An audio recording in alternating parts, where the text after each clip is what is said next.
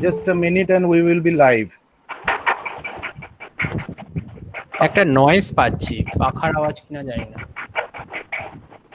Okay, yes, we are live now, so we can start, I believe. Hello, everybody. Welcome to the inaugural talk of our open lecture series, The Uncharted Hooghly: History, Heritage, and Humanity. We intend to unearth hitherto lesser known, sometimes unknown aspects of the district of Hooghly, and to bring to life academicians, researchers, history, heritage enthusiasts, common people, primarily from Hooghly, from the district of Hooghly, who have been relentlessly working on Hooghly district for quite some time. We shall also move beyond Hooghly in the coming months to other parts of Bengal, and we would continue our open lecture series. For the welcome address, may I now call upon our convener from Inter Hooghly chapter, Dr. Ramanuj Konar, to address our viewers, please. Over to you, Dr. Konar. Thank you doctor Mukherjee. আমি মূলত বাংলাতে বলবো। আমরা intake Hooghly প্রায় 6 মাস হলো কাজ করছি। তার মধ্যে গত 2 মাসে আমরা অনেকটা কাজ করতে শুরু করেছি। তার মধ্যে আমাদের একটা পরিকল্পনার মধ্যে ছিল যে একটা লেকচার সিরিজ যদি করা যায়, হুগলির অনেক বিষয় আছে যেগুলো নিয়ে আলোচনা হয় না। যেরকম এর মধ্যে একটা খুব বড় জায়গা হচ্ছে যে হুগলি নিয়ে যখনই আলোচনা হয় সেটা হুগলির বাইরের লোকেদের কাছে বা হুগলির লোকেদের কাছেও ভীষণ ফ্যাসিনেটিং একটা আসপেক্ট হচ্ছে যে হুগলির যে রিভারাইন বেল্ট, যেখানে অনেকগুলো সেটেলমেন্ট, ইউরোপিয়ান সেটেলমেন্ট বা কলোনি আমরা একটা সময় পেয়েছি। এবং আমরা যেটা আসলে আমার কাছে বারবার ওই অ্যাডমিট করার রিকোয়েস্ট আসছে বলে অসুবিধা হচ্ছে। এনিওয়েজ, তো এই জায়গাটা যেটাকে মিনি ইউরোপ বলা হয় সেটা সবচেয়ে আলোচিত একটা অংশ হুগলির, কিন্তু হুগলির এর বাইরেও বিস্তীর্ণ অংশ আছে যেগুলো হয়তো সেভাবে চার্টেড হয়নি এখনো অবধি, যার জন্যই আমাদের এই আনচার্টেড হুগলির এই লেকচার সিরিজের এফর্ট। এবং আমরা আশা করছি এখনো অবধি আমাদের কাছে যা পরিকল্পনা আছে তাতে আমরা সপ্তাহে একটি করে অনলাইন ওপেন লেকচার এরকম ভাবে আমরা প্রায় 3 মাসের মতো আপাতত আমাদের পরিকল্পনা ইতিমধ্যেই আছে। আপনাদের সকলকে এখানে স্বাগত। আপনারা এসেছেন বলেই আমাদের অনুষ্ঠান আজকে হয়তো সার্থক হবে। আপনারা পুরোটা আমাদের সঙ্গে থাকুন এবং আমাদের এই প্রচেষ্টার কথা আপনাদের বন্ধু বান্ধব, হুগলি নিয়ে যারা আগ্রহী যে কোনো ব্যক্তির কাছে আপনারা ছড়িয়ে দিন, পৌঁছে দিন। আমি সকলকে এখানে স্বাগত জানাচ্ছি। বিশেষভাবে আমাদের ওয়েস্ট বেঙ্গল রিজিয়নাল চ্যাপ্টারের যিনি কোঅর্ডিনেটর সেই শ্রী GM কাপুর মহাশয়কে, এবং বিশেষভাবে ধন্যবাদ জানাচ্ছি প্রফেসর আশিস সরকারকে। তিনি আমাদের ইন্টেক হুগলি চ্যাপ্টারের অন্যতম বর্ষিয়ান ফাউন্ডার মেম্বার, সেটাও ঠিক।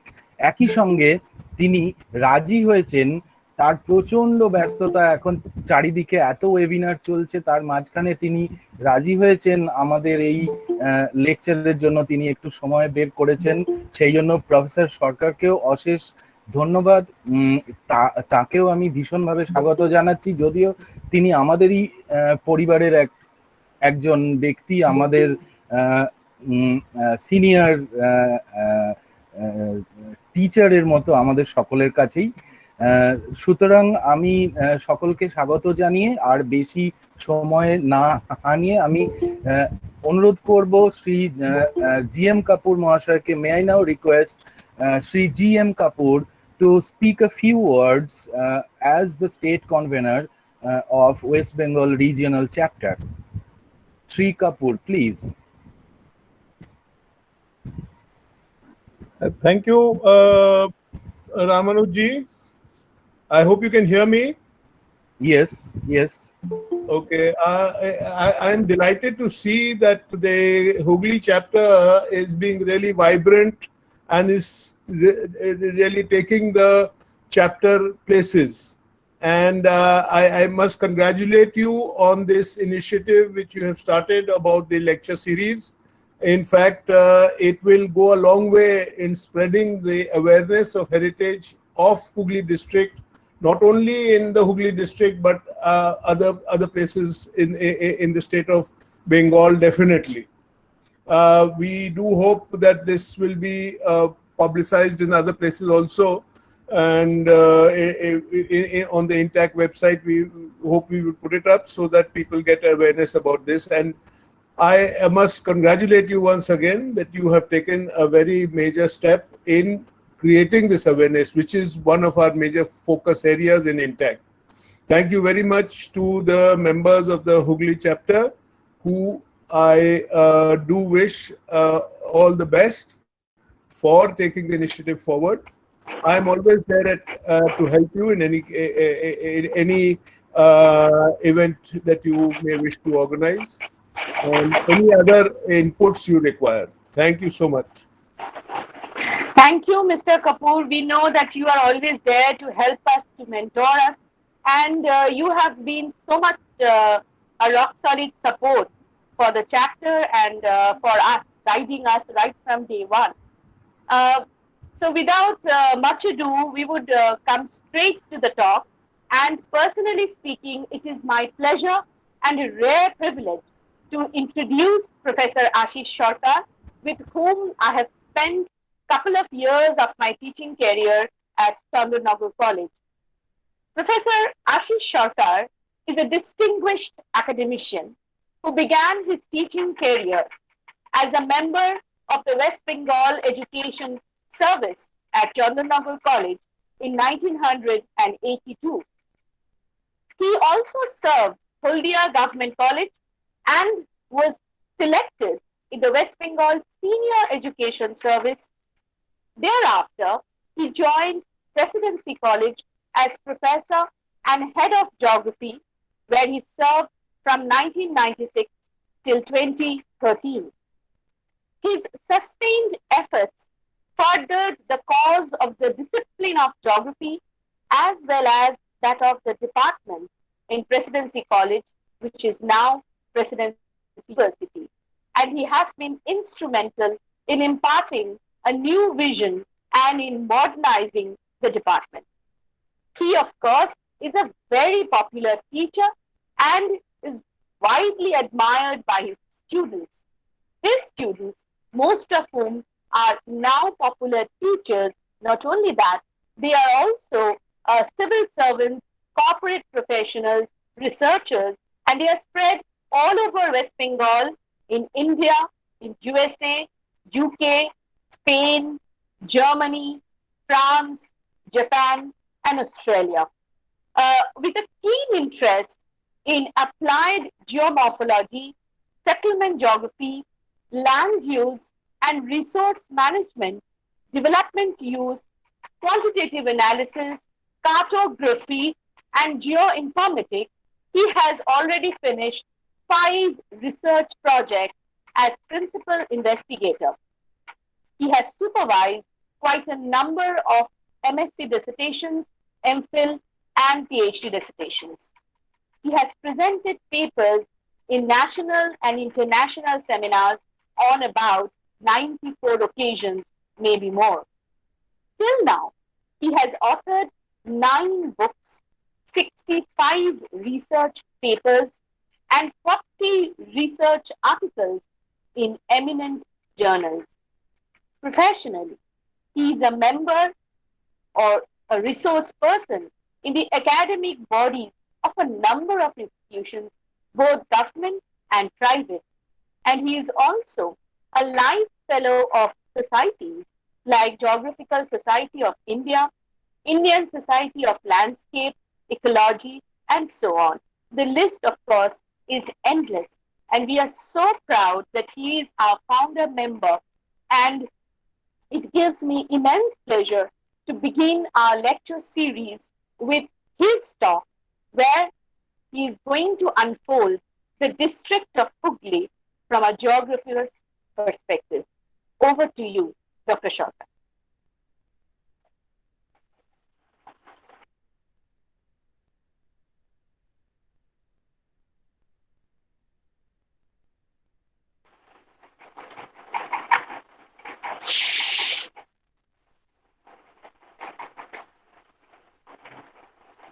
Dr. Sarkar, are you there?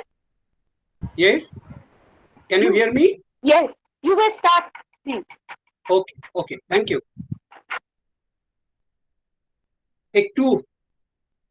প্রথমে একটু বলে নি অন্তরা যা বললো সেই পার্সপেক্টিভে আমাকে বলা হয়েছে হুগলি জেলা নিয়ে বলতে। আমি কিন্তু এই দেশের লোক নই, গঙ্গার এপারের লোক আমি কিন্তু নই। আমি মোটামুটি মরা ভূমির শুকনো দেশের লোক, যশোর, খুলনা এই অঞ্চলের লোক। ফলে যেখান থেকে এসেছি সেখানকার হেরিটেজ সম্পর্কেও যে খুব বেশি জানি বা ইতিহাস সম্পর্কে খুব বেশি জানি তা কিন্তু নয়। এই ব্যাপারটা কখনোই আমার মাথায় আসেনি আনটিল অ্যান্ড আনলেস এরা আমাকে ধরে নিয়ে গিয়ে হুগলি ইনট্যাকের ফাউন্ডার মেম্বার যেদিন প্রথম মিটিং হয় সেই মিটিংয়ে আমাকে ডাকে এবং আমি যাই, অংশগ্রহণ করি এবং পরবর্তীকালে সভ্য। এদের কাজকর্ম, আমাদের কাজকর্ম সত্যি অত্যন্ত প্রশংসনীয় ভাবে এগোচ্ছে এবং আশা করি সবার প্রত্যাশা পূরণ করবে। আমার চোখে মনে হয়, আমি প্রাইমারিলি ভূগোলের শিক্ষক, কিন্তু প্রেসিডেন্সি কলেজে পড়ার সময় এবং পড়ানোর সময় একজন মহৎ অধ্যাপকের সংস্পর্শে আমি এসেছি, রজতকান্ত রায়, শ্রী রজতকান্ত রায়। ওকে দেখেছি আলোচনায় ওর সঙ্গে যে ভূগোল যেমন ইতিহাস ছাড়া হয় না, ইতিহাস তেমনি ভূগোল ছাড়া হয় না, এই দুটো অঙ্গাঙ্গি ভাবে জড়িত। এবং ভূগোলের মুখ্য বিষয় হচ্ছে মানুষ, কাজেই মানুষ মানেই হচ্ছে তার ইতিহাস একটা তৈরি করবে, হেরিটেজ তৈরি করবে এবং তার মধ্যেই মানুষের পরিচয়টা পাওয়া যাবে। So study of man in relation to earth, যে নেবারহুডের মধ্যে সে বাস করছে, এটাই কিন্তু ভূগোলের একমাত্র বিষয় বলা যেতে পারে। তো এরকম একটা জায়গাতে আমি যেভাবে আমার জিনিসপত্রকে সাজিয়েছি, সেখানে যাই, যেতে যেতেই কথা বলি যে আমি যে দেশ থেকে এসেছি বা যেখানে এসেছি তারও স্পেশাল কিছু পরিচয় আছে। এমন একটা দেশ, যে দেশে ভারতবর্ষের এমন একজন লোক জন্মগ্রহণ করেছিলেন যে অঞ্চলে, যিনি ভারতীয় সভ্যতা আবিষ্কার করেছিলেন। আমি হরপ্পা মহেঞ্জোদারো সভ্যতার কথা বলছি। রাখাল দাস বন্দ্যোপাধ্যায়ের জন্মভূমির কাছেই আমার বাড়ি, আমি সেখানেই বাস করি। এখানে যেমন হুগলি নদী রয়েছে, আমার বাড়ির পাশে তেমনি রয়েছে মাথাভাঙা, চূর্ণী, ছামকি, নলকুড়োর বিল, আংরাইলের বিল, এই সমস্ত অঞ্চলের মধ্যে যমুনা নদী, এর পাশাপাশি আমার বাস। আবার যার নাটক অনুবাদ করে একসময় মাইকেল মধুসূদন দত্তকে জরিমানা দিতে হয়েছিল, যে লেখার উপর ভিত্তি করে স্বাধীনতা সংগ্রামের সময়কে বলা যেতে পারে কিংবা তার আগের পর্যায়ে, সেই নীল দর্পণ যার লেখা, দীনবন্ধু মিত্র, তারও কিন্তু বাড়ি আমাদের ওখানেই। এবং আরো একজন অনন্য কথা সাহিত্যিক, যিনি আমাদের গ্রামীণ এবং প্রাকৃতিক কথা সাহিত্যের জনক এবং জগৎ বিখ্যাত করেছেন সত্যজিৎ রায়কে, আমি সেই দেশেরই লোক। আমি যার কথা বলছি কথা সাহিত্যিক বিভূতিভূষণ বন্দ্যোপাধ্যায়। এইভাবে বলে শেষ করা যাবে না, ঘন্টার পর ঘন্টা হয়তো চলে যাবে, কিন্তু এটা বলা দরকার এই কারণেই যে নদীমাতৃক যে সভ্যতার মধ্যে আমরা বাস করি বা আমরা বাস করেছি, করছি, আমি বাস করেছি, তার সঙ্গে হুগলির সঙ্গে পরিবেশের অনেকটাই নেই, অনেকটাই নেই। আমার মনে হয়েছে এর ইতিহাস, এর সংস্কৃতি, এর নিজস্ব হেরিটেজ বা আলাদা একটা অনন্য পরিচয় বহন করে তোলে। সেই অনন্য পরিচয়ের কিছু কিছু চিত্র আমি আপনাদের সামনে তুলে ধরার চেষ্টা করেছি। আমার প্রেজেন্টেশনটা সেভাবেই তৈরি। প্রেজেন্টেশন তৈরি করতে যারা আমাকে সাহায্য করেছে, যেমন তথ্য মূলত পেয়েছি আমাদের এখানকার একজন অত্যন্ত প্রিয় মানুষ সজল কুমার ঘোষ। তিনি অনেক পুরনো বই এবং অনেক পুরনো জিনিসপত্র দিয়ে আমাকে সাহায্য করেছেন। কিছু তথ্য, একটা দুটো মানচিত্র আমি পেয়েছি অধ্যাপক বাসুদেব হালদারের কাছ থেকে, এবং বেশ কয়েকটি ম্যাপ আমার জন্য তৈরি করে দিয়েছেন উত্তরবঙ্গের প্রান্তে বাস করা একজন শিক্ষক নিবেশ বর্মন। আমি দেখলাম নিবেশ এখানে আছে, এদের কথা না বললেই নয়। আমি জানি না কেন এরা আমাকে পছন্দ করেছে এই জিনিসটা বলার জন্য, এবং আমাকে এরা কিছু বলার সুযোগই দেয়। স্যার, আমরা ওয়েবিনার সিরিজ একটা শুরু করবো হুগলির ওপরে, নাম দিয়েছি history, heritage and humanity, uncharted Hooghly. অত্যন্ত পছন্দসই নাম, এবং সেটা আপনাকে দিয়ে শুরু করতে হবে। বাস, তাদের ইচ্ছেই আমার কাছে আদেশ। আমার প্রিয় ছাত্র এবং বর্তমানে অধ্যাপক বাসুদেব হালদার, এবং অত্যন্ত ছটফটে কর্মনিপুণা একজন মহিলা যাকে আমি দেখেছি কলেজে, এবং ছাত্রছাত্রীদের কাছে অত্যন্ত প্রিয়, সেই অন্তরা মুখার্জি। এদের ইচ্ছে আমি বাধা দিতে পারি না। এদের প্রচেষ্টার মুখে, এদের মুখে হাসি দেখলে আমার মনে হয় আমি অনেকটাই সার্থকের দিকে এগিয়ে নিয়ে যেতেই হবে। তাই আসুন দেখা যাক। What we see today, the district of Hooghly is exactly lies at the middle of the central part of the Gangetic West Bengal, in the east central part of the Rar land. This is the Rar land, and more precisely in the northeastern part of the southern Rar plain. It is roughly rectangular. North-south extension is something about 30 minutes, and east-west extension is something about 1 degree. And it is bounded by Purbo Bardhaman in the north, and in the south, Howrah, in the east by Bhagirathi River, and on the northwest by Bankura district, and the southwest by Paschim Medinipur district. Area is roughly 3149 square kilometer. That is about 3.54% of the total area of West Bengal. Urban area only 4%. Semi-urban area 11 to 16%. Rural area 80 to 85%. And average elevation above sea level, it ranges between 10 to 20 meter. And highest elevation close to 40 meter. Average annual rainfall 1500 millimeter. Coldest month January 8 to 14 degrees centigrade. Hottest month May 30 to 41 degrees centigrade. And soils, it is composed of the riverine alluvium, and various qualities of loamy soils are found here.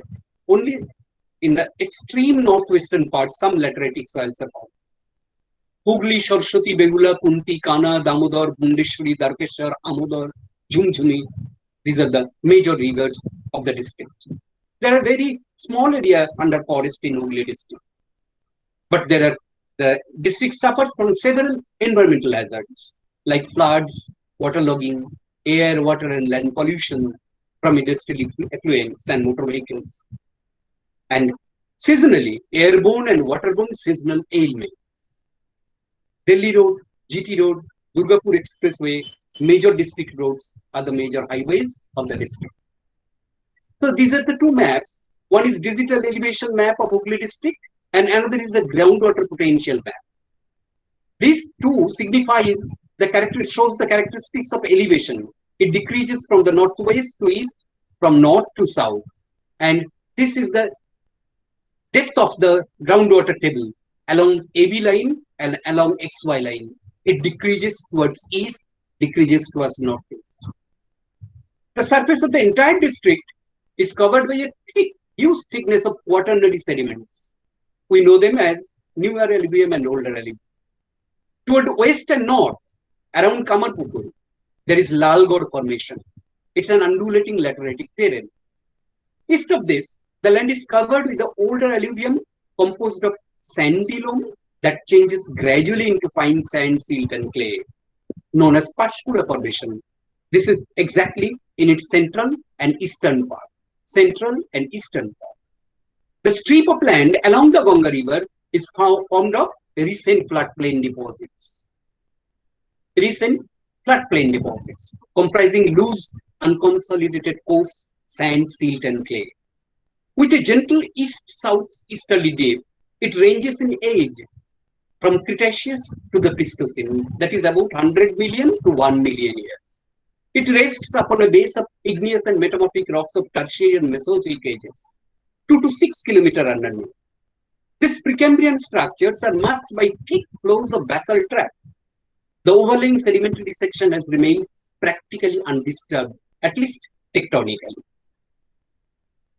And this, you see, these are the rivers of the district. This is Saraswati, this is Bhagirathi or Hooghly, this is Mundeshwari, Damodar, Dwarkeshwar, and others. A number of tributaries and distributaries of Damodar deltaic regions. So O'Malley, he divided the entire stretch of Ganga River, starting from Farakka to its mouth, into 3 different parts. From the bifurcation near Dulian till its confluence with Jolungi River at Nabudip, the stretch is known as Bhagirathi River. And from Nabudip to the Bay of Bengal, it is divided into 2 parts. From Nabudip to Geukhali, where Rupnarayan meets the Ganga, it is known as the upper section of the Hooghly River, and it is followed by the lower section. So the upper section is about 120 miles, of which 50 miles comprise the boundary of the district of Hooghly. Sir স্ক্রিনটা দেখা যাচ্ছে না Why? Screen is not visible, sir.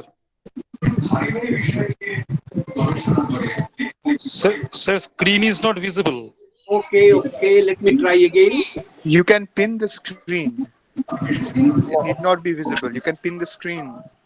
You can just pin that to fit your entire screen. স্ক্রিনটা দেখা যাচ্ছে, আপনারা যারা দেখতে পাচ্ছেন না তারা আশিস সরকার প্রেজেন্টিং যে জায়গায় রয়েছে সেইখানে পিনটাতে টাচ করুন, দেখবেন সেটা চলে আসবে। দেখা যাচ্ছে এবার? হ্যাঁ, আপনাকে আমরা দেখতে পাচ্ছি, কিন্তু এখন স্যার দেখতে পাচ্ছি। হ্যাঁ, যারা আশিস সরকার প্রেজেন্টিং রয়েছে সেইখানে পিনটা ক্লিক করুন, হাত দিন, তাহলেই দেখবেন চালু হয়ে যাবে। Thank you. So topographically, the area lies between 4 to 36 meters above mean sea level, and it has a general slope from northwest to southeast. In the northeast part, the land shows a perceptible rise in elevation as well as undulations. The district has been divided into 2 major physiographic divisions by the Dwarkeshwar River. This portion, western portion, is known as the upland, and this eastern portion is known as the plains. And this huge vast plain has been further subdivided into 5 parts: the Dwarkeshwar plain, the Hooghly Damodar plain, and then the natural levee and embankments, axons and flood basins, and the Hooghly flats and the shorelands. So this region, it's the creation of the dynamics of the river channels since the historical period.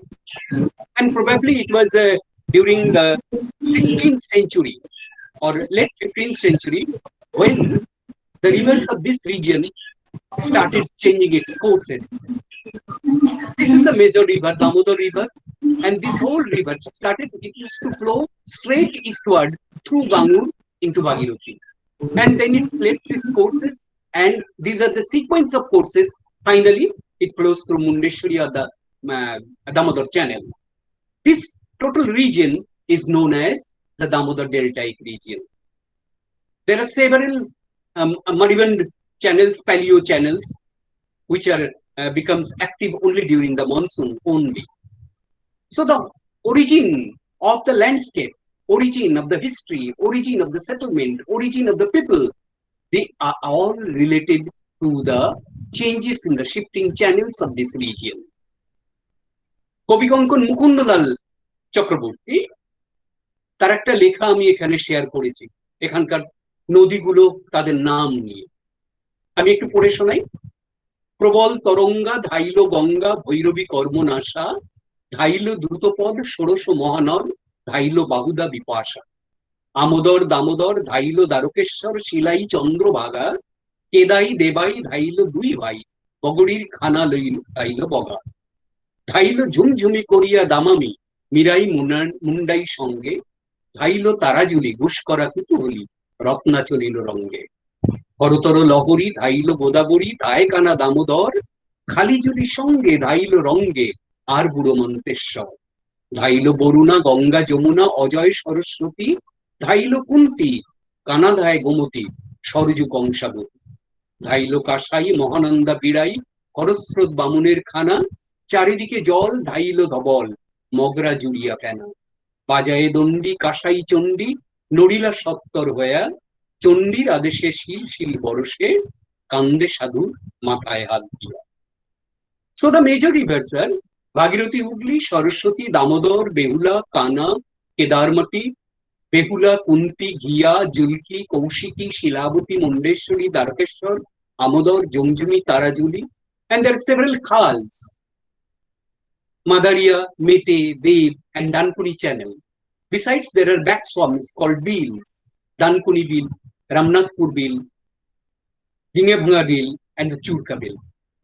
Throughout history, they played a great role on the economy, socio-political pattern, cultural heritage, and history of the district.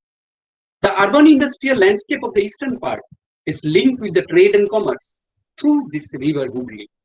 The central and western parts are the gifts of Damodar and its distributed. The rivers flow mostly north-south, except Bhagirathi and Rupnarayan. All are non-perennial. Most of these have reached a moribund state. But of all these, Saraswati needs a special mention. It originates from the Bhagirathi at Triveni, known as Muktabeni, Ganga, Jamuna, and Saraswati, and runs nearly parallel to it, and finally drains into the Hooghly River at Shakrai. Ancient maps, records, historical events indicate that before the 16th century, Bhagirathi used to flow through the Saraswati channel. It was a deep navigable river, and the famous ancient port of Shadgaon was located in its northern section. It was the principal business hub of the ancient traders and later the Europeans, especially the Portuguese traders. Besides, Shinghapur, Chonditola, Borai, Jonai were the bustling settlements and ports along this river. After the 16th century, Bhagirathi shifted its course towards east, leaving the Saraswati as an almost dead channel. The Portuguese traders shifted their base also to the further south to the town of Hooghly, and the area lost its former glory. Now, what the history says. So far, the history goes, the name Hooghly is derived probably from the Hogla, a tall reed which grows in abundance on the riverbank and in the marshy lowlands below them. In 326 BC, the account of Greek explorer Megasthenes, he says, after conquering all Asia, Alexander arrived with all its troops at the river Ganges, but abandoned as hopeless an invasion of the Gangaridae when he learned that they possess 4,000 elephants well trained and equipped. This Gangaridae means Bongo, and Shadgaon was its capital city. This part of the country was probably included in the territory held by the Shumas, a tribe associated with the Ongos, Bongos, and Kundras in Mahabharata, and also in the Mahabharata of the 2nd century BC. In the 3rd century BC, the territory of the Shumas was included in the vast empire of Ashoka, the great Ashoka, which extended over the whole of Bengal as far as the mouth of the Ganges and up to Tamroli. Lieutenant Colonel Crawford wrote, Shadgaon, that is 7 villages, was one of the oldest cities of India and the ancient royal port of Bengal. Several centuries later, this particular region became absorbed with the rest of Bengal in the Gupta Empire. owing to the successful campaign by Samudragupta in the 4th century. In the beginning of 7th century, it was conquered by Shashanka of Gaur, the most powerful king of Bengal. And in its second quarter, it became a part of the great empire ruled by Shiladitya Harshavardhan. The northern and eastern part of the district, however, passed into the hands of the Sena kings of Bengal. Yuan Shang, in 627 to 643 AD, he wrote, Bengal was divided at that time into 6 provinces: Champa, Kajangal, Pondrabardhana, Samotata, Tamralipta, and Karnasubarna. Hooghly was a part of Karnasubarna. During the Pala period, the king, for its easy administration, divided Bengal into 3 bhuktis: Pondrabardhana Bhukti, Kankograb Bhukti, and Bardhaman Bhukti. Hooghly was a part of Bardhaman. Thereafter, the district remained under the reign of the indigenous rulers till the 13th century. By 1298 AD, its northern part came into the hand of the Mughal rulers. Thus, the district has thousands of years of rich heritage as part of the Bengali kingdom of Bursa. From the early part of the 16th century, its several riverine ports and the rich hinterlands came under the direct influence of the European economy, culture, and administration. The Portuguese, Dutch, French, Danes, and the British initially obtained trade license from the local or regional rulers and established their kutis and forts. Basically, they plundered the local resources and through missionaries converted local people into Christians. However, they also built several infrastructures for the development of the habitat, economy, and society of the people inhabiting those places, for the convenience of their trade, for the convenience of their rule. Thus is produced a mini Europe along the bank of Hooghly River that initiated the Great Bengal Renaissance and culminated in the national freedom movement and eventually independence of our country. A quick glimpse of it is essential to understand the prevailing society, economy, and polity of this region. I'll talk about the Portuguese first. The first European to reach this area was the Portuguese.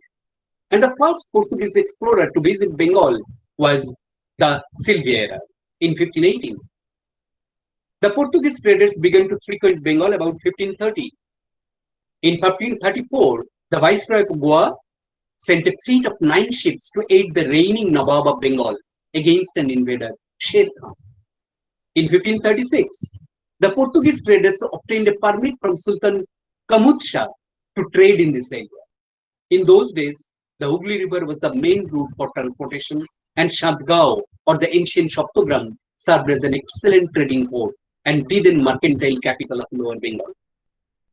In 1538, a number of Portuguese entered the services of the King of Gaur as military adventurers. It was during the reign of Akbar that the Portuguese regularly settled at Hooghly. They established their business stronghold in Shoptogram in Hooghly and took over a village named Bandel. In 1579-80, Emperor Akbar gave permission to a Portuguese captain, Pedro Tavares, to establish a city anywhere in Bengal province, and they chose Hooghly.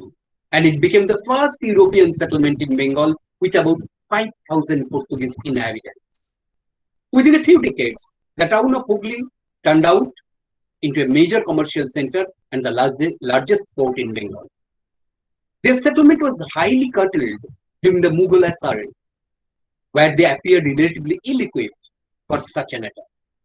For the same vulnerability of Mughal threats and the lack of available defense along the depleting trade prospects through Saraswati due to its drying up, Job Charnock, the chief agent of the East India Company, British East India Company in Hooghly, along with its team, decided to move further south to Sutanuti in 1690, where several local villages were populated by local merchants and a trading center was available, which later became part of Calcutta.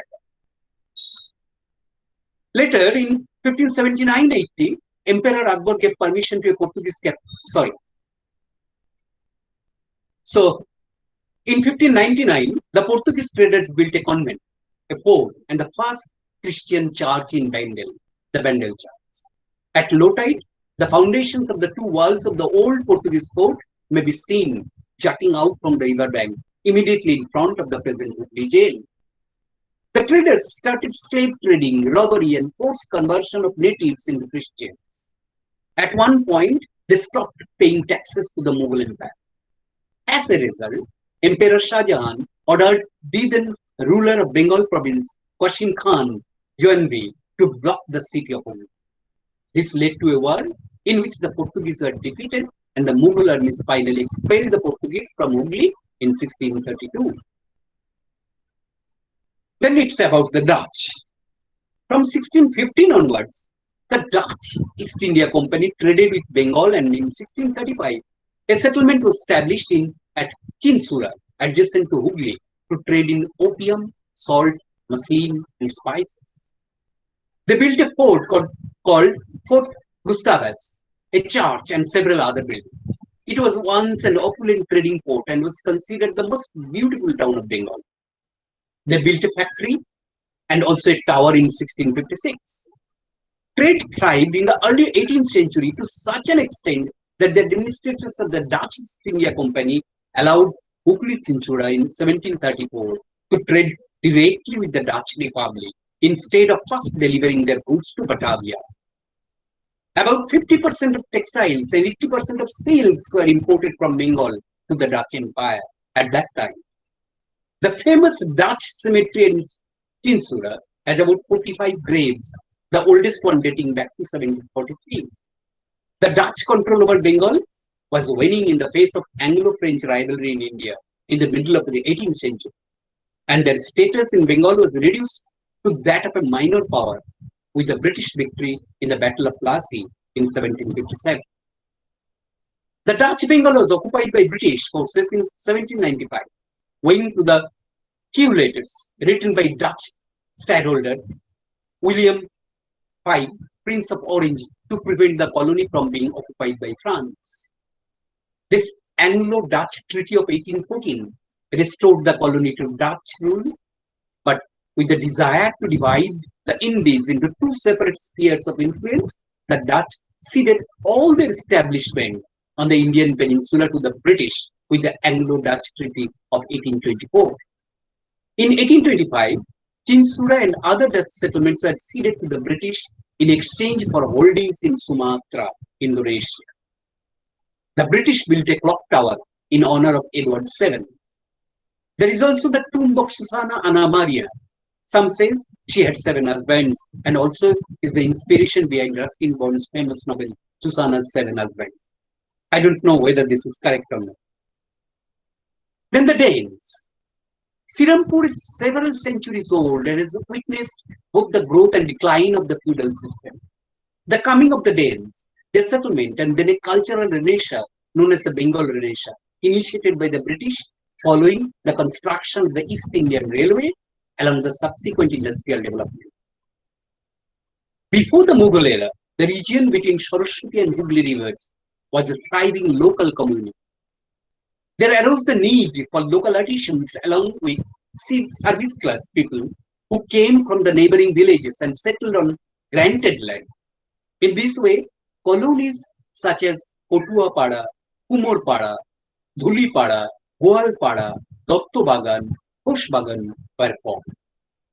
This, along with the fact that Shaurapuri was a distribution point for local marketable goods produced in different parts of Hooghly, induced many families, the Barujibis, Dottos, Deis, Dash, etc., to come to settle here before 1755.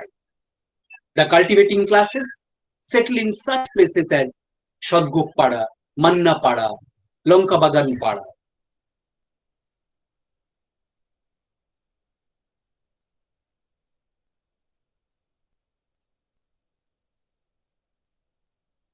Lived in Mollikpada, Musalman Pada, and here a mosque still bears witness to their existence.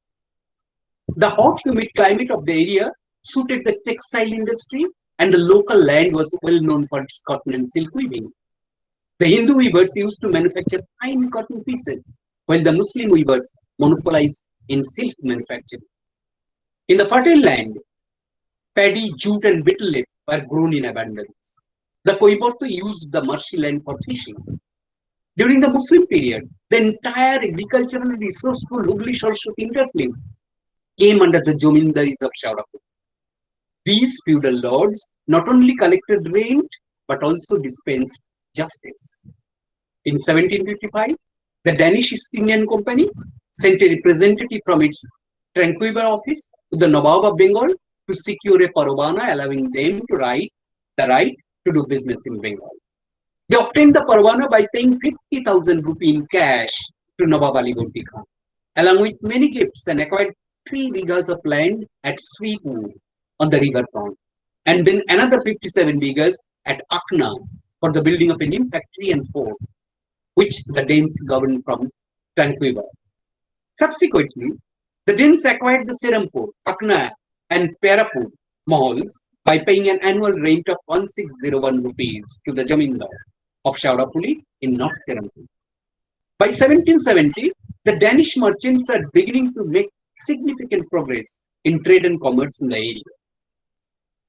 The prosperity was assisted by the able administrative performance of Colonel Olibai, who was appointed the first crown regent of Serampur in 1776.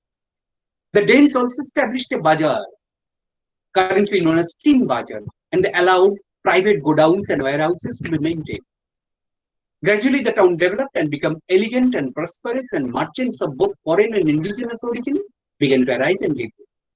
Initially, the Danes are dependent on their factors for obtaining commodities, primarily silk and cotton fabrics. But later, they got involved in collection of merchandise directly from the producer and offered incentives to the artisans in the form of earnest money for making high-quality products. They also created a class of trading middlemen, such as agents, banias, mutsuddis, and stevedores. As a sop to the weavers of Akna and Mohanpur village, the Danes gave advances for both cotton and fine silk products. The merchants also established their own factory to produce fine clothes. They collected hammer and the luckline ropes for ships, various other kinds of ropes, and agricultural produce. They inspired the cultivators of Perapur to cultivate indigo in addition to paddy. Mr. Prinsep was their indigo agent. Another notable source of their income was the hundi business. Colonel Olibai was also interested in making Serampur a charming, elegant, attractive tourist resort. It became a well-protected town, and the maintenance of law and order was well developed. To facilitate municipal, administrative, and judicial work, a new courthouse was built, and the metal road was laid on the riverbank, and magnificent palatial buildings were erected. The local civil administration, however, was carried out by a prototype of a municipality known as the Village Committee, with Olibai as its governor. The balmy days of Danish overseas trade largely coincided with the service of Olibai as head of the factory, serving from 1776 to 1805, with only a few interruptions. The beginning of the 19th century is considered the most significant period in the history of Serampur and Hooghly and Bengal, with the arrival of the 4 English missionaries: Joshua Marshman, Hannah Marshman, William Carey, and William Watt. They were the architects of the Serampur Renaissance. Although they came chiefly for the purpose of preaching Christianity, they dedicated themselves to the service of ailing and distressed people in and around the town, spreading education, social reforms, and social reconstruction. They established more than 100 monitorial schools in the region. Hannah Marshman established the first girls' school at Serampur, which received much public approval.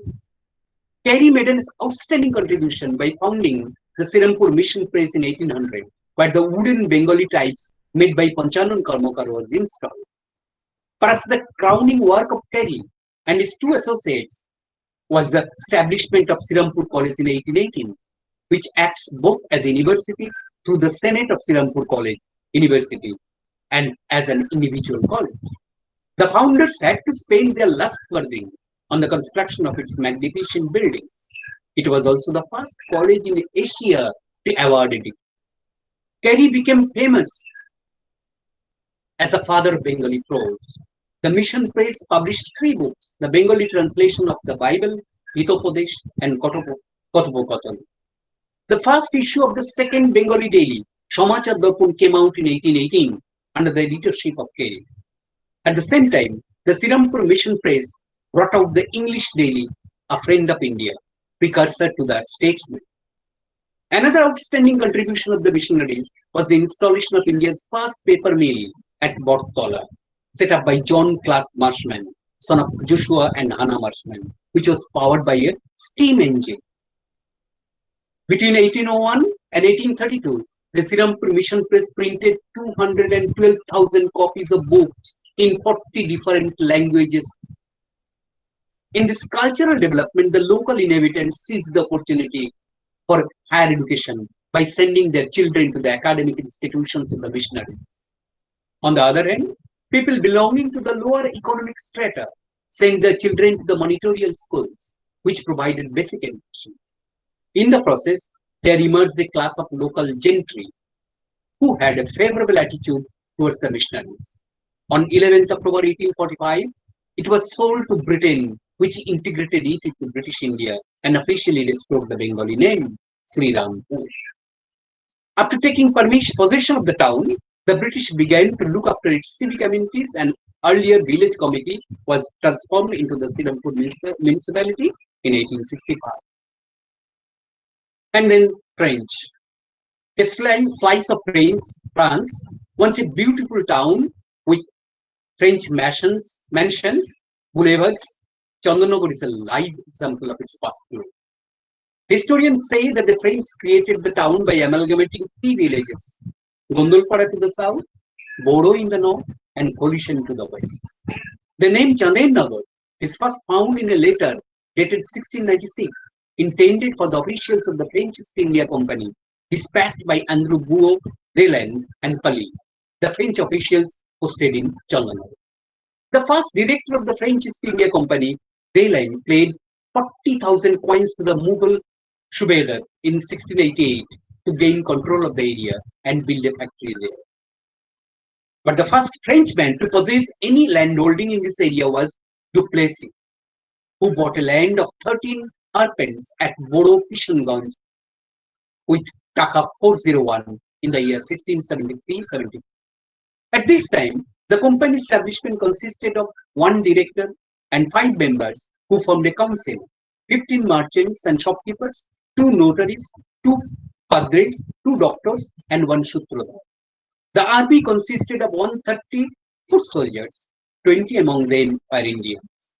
The Fort New Orleans was constructed in the year 1696-97 and was better defended than its French and British counterparts. After the initial success, the French trade languished due to the lax policy of its directors.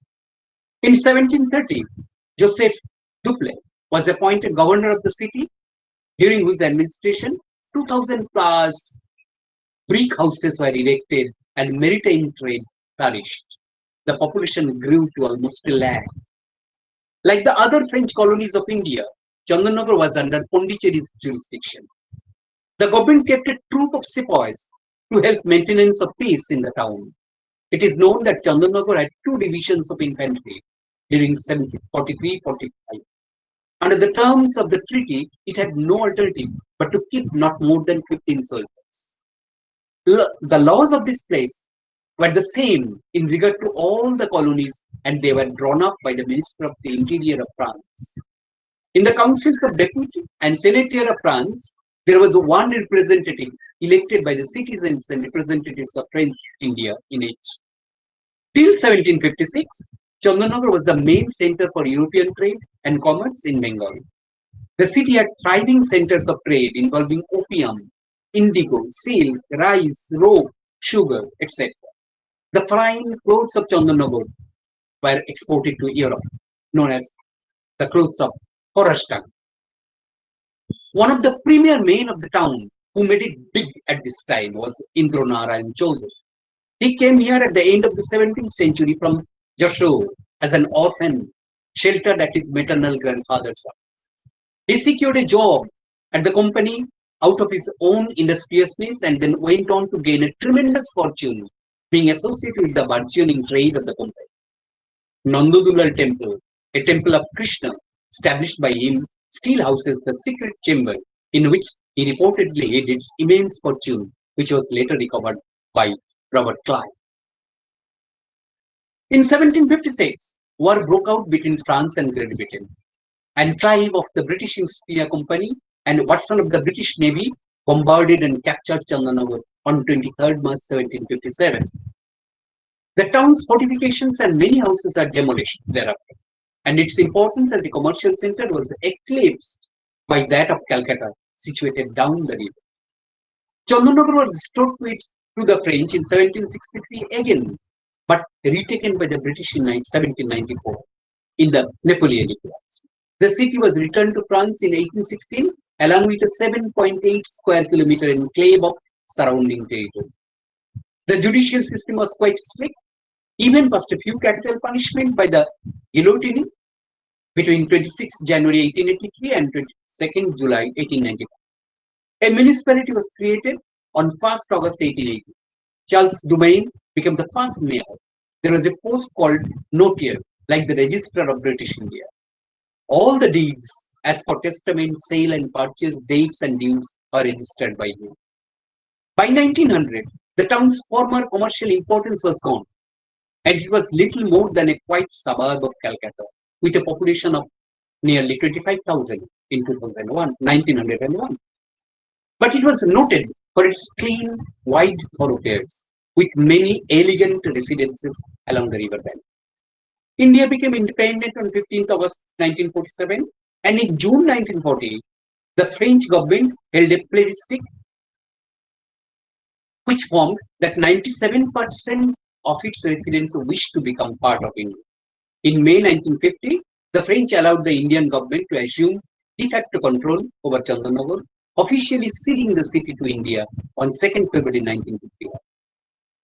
The jure transfer took place on 9th June 1950, and on 2nd October 1954, Chandanagar was integrated into the state of West Bengal. Thus, the Europeans came to this district for business purpose and established bases along the bank of Hooghly River that acted as the trade water highways connecting to the outer world. They also settled in the district and utilized the district as the window to the foreign settlements. In 1690, Jock Charnock decided to shift the British trading center from Hooghly Chinchurdas to Calcutta, as it was located in a strategically safe position close to the Bay of Bengal. As a result, trade and commerce in the Bengal province shifted from the town of Hooghly to Calcutta, that prospered at the cost of Hooghly itself. After the Battle of Buxar in 1764, this entire region was brought directly under the British. Though the city of Hooghly is more than 500 years old, the district of Hooghly was formed in 1795 with the city of Hooghly as its headquarters. After the Battle of Plassey, Mir Qasim, by an agreement, donated the Jomindari areas of Bardhaman, Midnapur and Chittagong to the British in the year 1760. The British introduced their own rule to administer those areas according to their system, and in 1795 they divided the district of Bardhaman into two parts for easy administration. The northern division being called Bardhaman and the southern division called Hooghly. The Bengal presidency at that time was divided into 14 districts, of which Hooghly was one. Hooghly became a separate collectorate in the year 1822, with Mr. Bailey as the first collector. The present collectorate building was constructed between 1827 and 1829 to accommodate the British troops. On 28th April 1838, Toynbee Road, the number of brick buildings in every village, the comfortable appearance of the dwellings, and the many articles of foreign manufacture which the inhabitants possess are sufficient evidence of their being prosperous and industrious race. So these are the maps of that time. In 1843, the Howrah district was created from the southern part of the district. And in 1872, the southwestern portion of the district was merged with the Midnapur district. Just have a look in the 1872 census figures. Koiborto near about 288,000, Bagdi 152,000, Brahmin 107,000, Shodgok 63,000, Goala 65,000, Kaistu 38,000, Teli 29,000. Why it is important? The total population is about 1.1 million. Area 3146 square kilometer. Density 952 per square kilometer. And the total number of Thana was 10. The Gangaridai were undoubtedly the Hindus, and they were mainly composed of Baghdis, who were identified as the original strata of population in this deltaic portion of the district, and who are allowed by the local Hindus of pure Aryan race as the great aboriginal. In 1931 census, Koiborto came down to, number of Koiborto came down to 188,000, Bagdi 156,000, Brahmin 84,000, Shodgok 54,000, Goala 43,000, Kaistu 28,000, Teli 36,000. Total population decreased to 910,000. Area decreased 2,745 square kilometer, and density also decreased to 859 per square kilometer. This socio-economically rich and resourceful settlements came up by the side of the rivers as well as at transport nodes and trading centers. On the Hooghly, Shoptogram, Triveni, Bashpedia, Bandel, Hooghly, Chuchuro, Chandanagar, Bhadreshwar, Champdani, Boidyobati, Shaurapuli, Serampur, Mahesh, Chapra, Sripur, Krishnapur, Rishta, Konnagar, Kotral, Uttarpara, etc. And on the western side, beyond river, Arambag, Atpur, Akapur, Bodunganj, Balidevanganj, Bolagor, Begumpur, Bhangamura, Vishnudashpur, Boichigram, Chonditola, Chapadanga, Dastor, Dhaniyakhali, Doshkhora, Dondipur, Depur, Dikshui, Gourbati, Guktipara, Goghat, Goalmara, Gura, Horipal, Harip, Hatina, Haera, Idilbati, Ilchoba, Jonai, Jagatballabpur, Jangipara, Khanapur, Kamarpupur, Koikala, Mohanad, Molaipur, Noapara, Pandua, Polba, Kuinan, Purshura, Radhaballabpur, Radhanagar, Rajbalot, Ramjibanpur, Rauchapur, Senate, Chiakhala, Shambhajar, Shimlagor, Shingur, Talandu, Tarakeshwar, Udayrajpur, Bastara, etc. So beyond this mini Europe part of Hooghly district, there were prosperous settlements all through the district, mind that. And they came up near the rivers. There are many rivers here, and at the junctions of transport nodes. Some of the most notable schools founded before Indian independence of this region: Sitapur Endowment Senior Madrasa, 1751; Hooghly Collegiate School, 1812; Hooghly Motion College, 1836; Hooghly Madrasa, 1817; Sirampur College, 1818; Hooghly Branch Government School, 1834; St. Joseph's Convent, 1861; Kanailal Vidya Mandir, 1862; Chandanagar College, 1862; Chatra Nandolal Institution, 1874; Sirampur Girls High School, Akhna School, 1879; Sirampur Union Institution, 1884; Furfura Fateha Senior Madrasa, 1902; Government College of Engineering and Textile Technology, Sirampur, 1908; and Mahesh High School, 1937. There are missionary schools also. Robert May, 1814, established a girls' school in Chinsura, the first in India.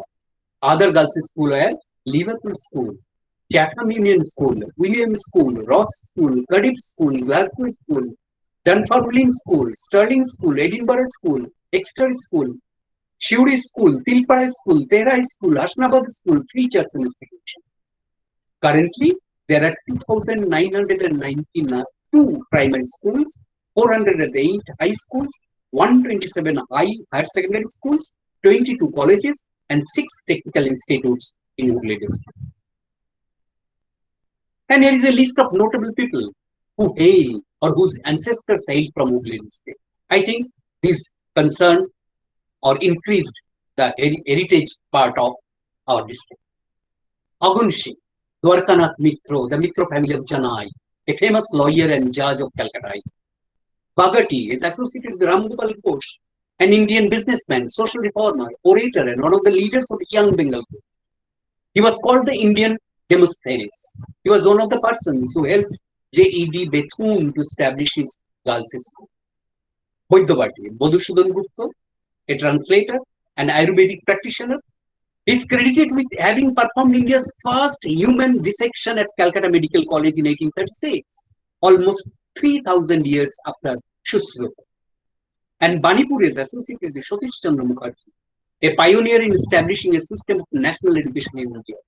Subroto Mukherjee, the first Indian commander-in-chief of the Indian Air Force. And then Chandanagar, Kanailal Dotto, Motilal Roy, and Rashbihari Bosu, to name a few. Gorolgacha, Vinod Bihari Mukherjee, one of the pioneers of Indian modern art and the key figure of contextual modernism. Guptipara, Kali Mirza, better known as the 18th century composer of the Toppa music in Bengal, a contemporary of Niru Babu. He composed over 400 Toppas. Horipal, Rajendranath Singh, a philosopher. Hugli, Nilmani Das, a bodybuilder and gymnast, we all know him as the Iron Man. Parichand Mitra, the Indian writer, journalist, cultural activist, and entrepreneur. He was known as Tekchand Thakur. Nibarun Chandra Mukherjee, a Brahmari farmer. And Jirat is associated with the Mukherjees. Sir Ashutosh Mukherjee, Banglar Bagh, educator, jurist, barrister, and mathematician. The first student he was to be awarded a dual degree, MSc in mathematics and MSc in physics from Calcutta University. Then Ganga Prasad Mukherjee, a physician. And then Shama Prasad Mukherjee, politician, barrister, and academician.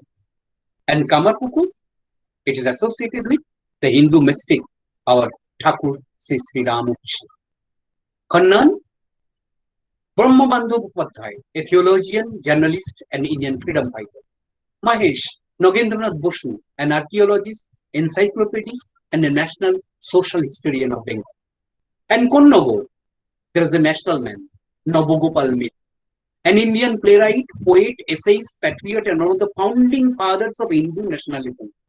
He founded the Hindu Mela, also founded National Press, National Paper, National Society, National School, National Theatre, National Store, National Gymnasium, and National Circus, earning him the most popular name, National Mitra. Then there was Raja Digambara Mitra, one of the leading Eurasians and the first Bengali Sheriff of Kolkata. Sri Aurobindo Ghosh, a philosopher, yogi, guru, poet, and nationalist, a spiritual reformer, introducing his visions on human progress and spiritual evolution. Then his brother Barindra Kumar Ghosh, an Indian revolutionary and journalist, one of the founding members of Jugal. And then Radha Nagar is associated with Raja Ram Mohan Roy, the father of Indian Renaissance, one of the founders of the Brahmo Sabha, the precursor of Brahmo Samaj, a social reformer, Shotila Hokro. And then Salepur, Nagendranath Chattopadhyay, a noted Sanskrit scholar and grammarian. And Sirampur is associated with Ganapati Chakraborty, the pioneer of modern magic in Bengal, mentor of P.C. Sarkar and Kelal. Then Krishna Chandra Bhattacharya, a philosopher, best known for his method of constructive interpretation, through which relations and problematics of ancient Indian philosophical systems are drawn out and developed, so that they can be studied like problems of modern philosophy. Then Tribeni is associated with Jagannath Tarko Panchanu, Sanskrit scholar and Pandit of ancient Hindu law. Ramnidhi Gupta, known as Niru Babu, one of the great reformers of Bengali Toppa music. Then Uttarpada is associated with Hemchandra Bandyopadhyay, the greatest poet during the post-Michael Madhusudan Datta era, before Rabindranath Tagore. And there is a number of literary personalities. Mohital Majumdar from Bolagod, Walaichand Mukhopadhyay or Bonupur from Shiakhla, Ashapurna Devi from Begumpur, Bhutibhushan Mukhopadhyay from Chapra, Akhoy Chandra Sarkar Chinchura, Sharat Chandra Chattopadhyay Devanandapur, Parimohan Sengupta Gopinathpur, Bhudev Mukhopadhyay Khanapur, Monmohan Ghosh Komnagar, Rangolal Bandyopadhyay Rameshwarpur, Amiyo Chakraborty Sirampur, Prabhat Kumar Mukhopadhyay Hugli, Bankim Chandra Chattopadhyay Hugli, Kishori Chand Mitra Hugli, to name a few. And there are ancient temples of both different types: Chalai style and Navaratna style, or Pinnacle style. Charchal, Selanpur, Shambhajar, Radha Govinda Jiu temples in Goghat, Sripur Bolagor, Atpur, Boichigram, Kanakul, Krishnapur. Barochala Mandir in Arambag, Pandua. Dochala Mandir in Boshpara, Chandanagar. Jorbangla Mandir in Senate, Doshghoda, Chinchura, Hanakund, Meghnad, Mohanad, and Archala Mandir, Mahesh, Boichigram, Horirampur, Konnagar, Nityanandapur, Bhangamoda, Horipal, Gura, Atpur, Horipal, Boichigram, Purushottampur, Idalbati, Shahaganj. There are famous temples of Shiv temples: Raghunath Jiu, Radha Vallabh Jiu, Nandodula Jiu, Vishalakshi Mandir, Nistarini Durga, Annapurna Mandir, Nandodulal Mandir, etc. And there are mandirs of temples of different Ratnas: Ek Ratna, Bashberia, Kanakul Krishnagar, Guptipada, Kanpur, Pancharatna in Doshghoda, Mamutpur, Birlo, Udaipur, Sripur, Uttarpada, Shukaria, Atpur, Diwanganj, Navaratna Mandir in Dikshui, Krishnagar, Bodonganj, Kayapat, Baksha, Doniakhali, Bolagor, Mohanad, Bhadreshwar, Troyodosh Ratna Mandir in Bashbet. There are several archaeological sites also. Tribeni, Shaptagram, Pandua, Mohanad, Dorbashi. Mohanad, Sudarshan, Bastara, Bandarhati, Koikala, Jeju, Dorvashini, Puinan, Punajgor, Mekshar, Roshna, Shaptagram, Shimlagor, Olikhoja, Pandua, Shandeshwar Tola. They are all archaeological sites. Now, a little about the places outside the European window. Atpur. It is famous for the temple of Radha Govind Jiu, with exquisite terracotta carvings depicting stories from all the 18 Puranas. It is about 100 feet high, constructed by Krishnaram Mitra, the Diwan of Bardhaman Raj, in 1786. Its Chandi Mandap and Dol Mancha have beautifully crafted wooden carvings and terracotta. Radha and Krishna are the main carvings, but Durga was worshipped. Here also there is a big temple. And inspired by this, Raja Nabu Krishna Deva of Shoabaja Rajbari started worshipping Durga in 1757. Besides the main temple of Radha Govind Jiu are the temples of 4 Shivas: Gandharas, Kuleshwara, Rameshwara, Jaleshwara, and Baneshwara. And it was here, at the house of Ghoshbari, Sri Baburam Ghosh, who later became Swami Premanand, that Swami Vivekananda and 8 other disciples of Sri Sri Ramakrishna took their vow to Sannyas on 24th December 1886. Doshghoda. In 1729, one Sadananda Vishwas built the Pancharatna Gopinath temple, that intricately carved terracotta panels remarkably well preserved till date. The temple still stands along with a huge Vishwas mansion. Scenes ranging from the epic of Ramayana to those of royal court, and from band of musicians to those of day-to-day life activities, including erotic scenes, are carved out with the utmost details. The complex also contains an octagonal Rash Manch with slender pillar and 9 spires and a square dome manch. Besides this, there is another architecture splendor comprising an arched gateway, a clock tower, and a landscape garden, all by one Bipin Krishna Roy, a stevedore of Calcutta port from 1851 to 1911, who made a fortune by loading and unloading ships at that time. The octagonal tower has clock dials on 4 sides and arched windows on the remaining 4. It is crowned by a Victorian-style statue. Next to it stands the arched gateway, resembling the gateways of Governor's House of Calcutta. There are several other gates crowned with statues of lion. Bipin Krishna also built a Shiv temple with a towering spire. It still stands as a mute witness of the glorious days of Doshghoda. And a homeopathic clinic, still founded by Bipin Krishna, is still run today. Next is Guptipada. It is the home of the undivided Bengal's first Barwari, publicly organized Durga Puja in 1760. The Barwari also established a temple and introduced Vindhyavasini Mata. Guptipara was one of the main places in ancient India where the Sanskrit tours and pandits lived. Many old manuscripts and books are still preserved in the Shishir Bani Mandir Park.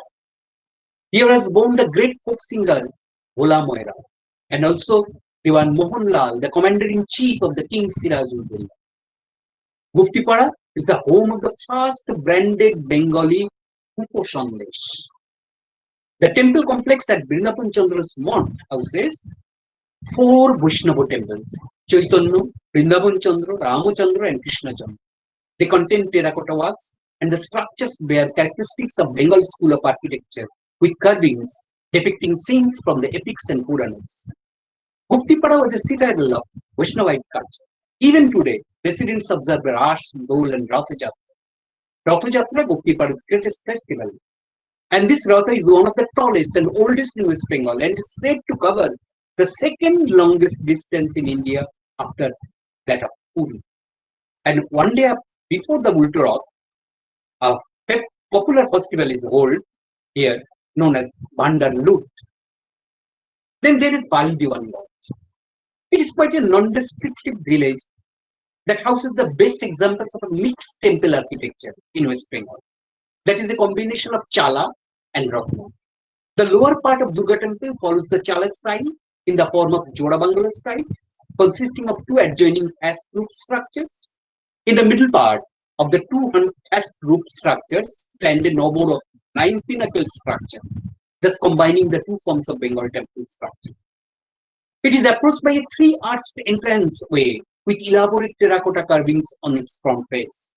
Above the arches, in the center, lies a huge terracotta panel of Durga, probably the largest terracotta panel in West Bengal. It is flanked on the left by slightly smaller panels of Lakshmi and Ganesh, and on the right by Saraswati and Kartik. Stucco work in the form of temple surrounds each of the 5 panels, giving them a unique look. There are several other smaller terracotta panels all over the front surface of the temple, and there is also an octagonal Rash Mancha in a very dilapidated state. Then there is Rautpara. It houses 5 temples, of which 3 are in crumbling states. Mongolchandi temple contains 13 pinnacles, of which only 1 pinnacle of each of the 2 temples stands to this day.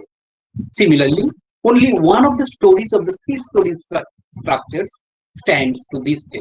This is also a small Shiv temple. Then Triveni, also called the Muktoveni. It is believed to get its name from the divergence of 3 rivers, Jamuna, Ganga, and Saraswati. It also features in James Reynolds' map of Bengal in 1781, where it was spelled as Tarboni. River Saraswati surfaces from the south of the famous Hindu Shashan Ghat and flows westward into Shaptagram. The Jamuna had earlier branched off from the Ganges towards the southeast, but the confluence has silted up in course of time. The ghat, which lies beside the confluence, was built by a Hindu king of Odisha, Mukundadeva, and that bears an influence of Odisha style. The town hosts one of the earliest surviving monuments of Muslim in West Bengal, the Jafur Khan Qazi's Mosque. It bears an Arabic chronograph 1298.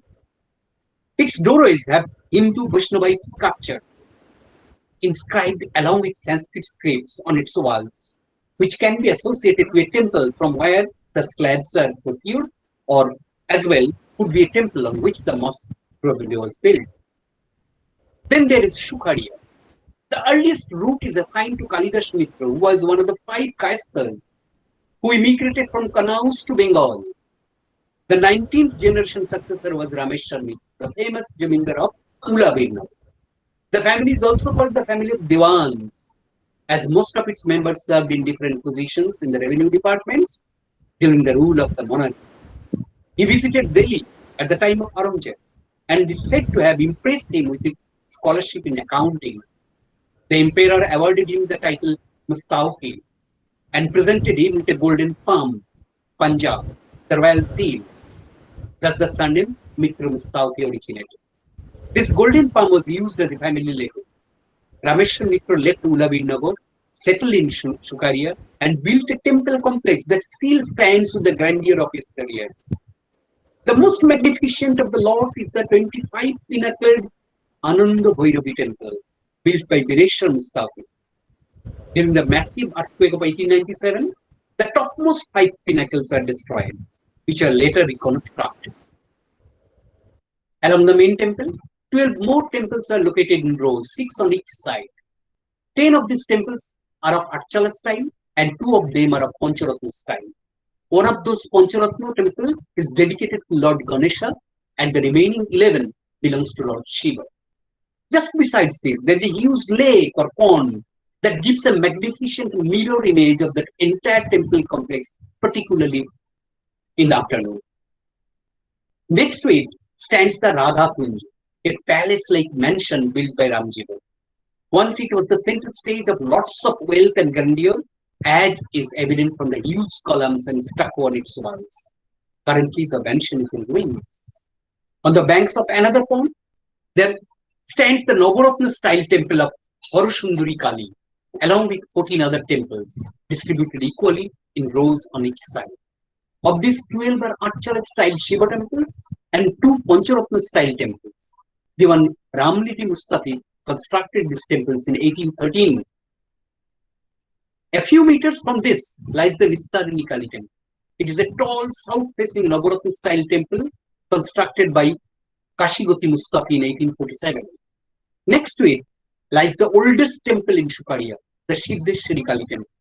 Once the river Ganges used to flow past the temple, but currently the river shifted and lush green field makes the background.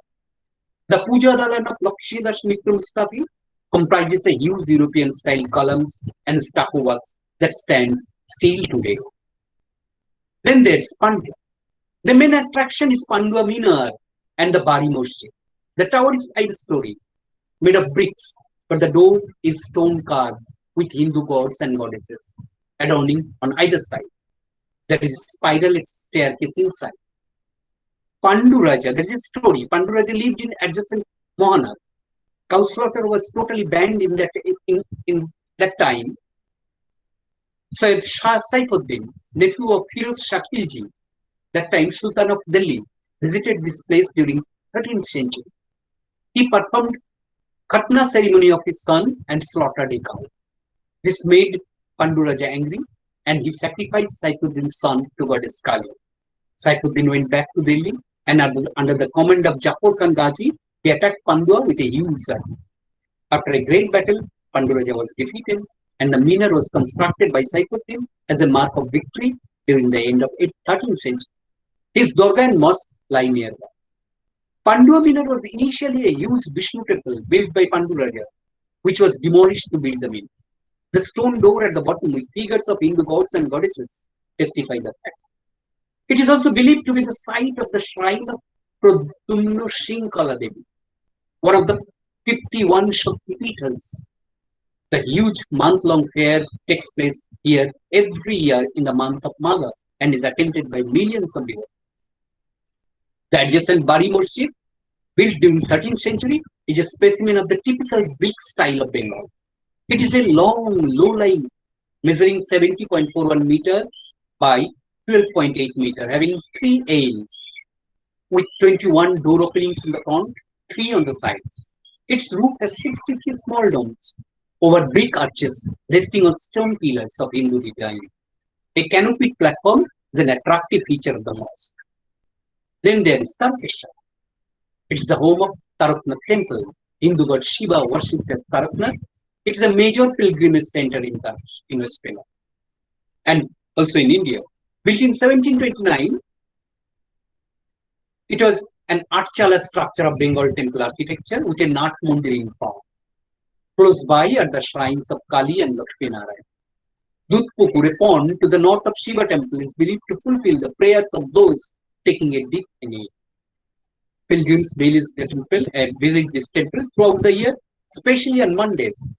Thousands of pilgrims visit this place on the occasion of Shivratri and Gajal, the former taking place in the month of Falgun, but the later lasts for 5 days, ending on the last day of Chaitra.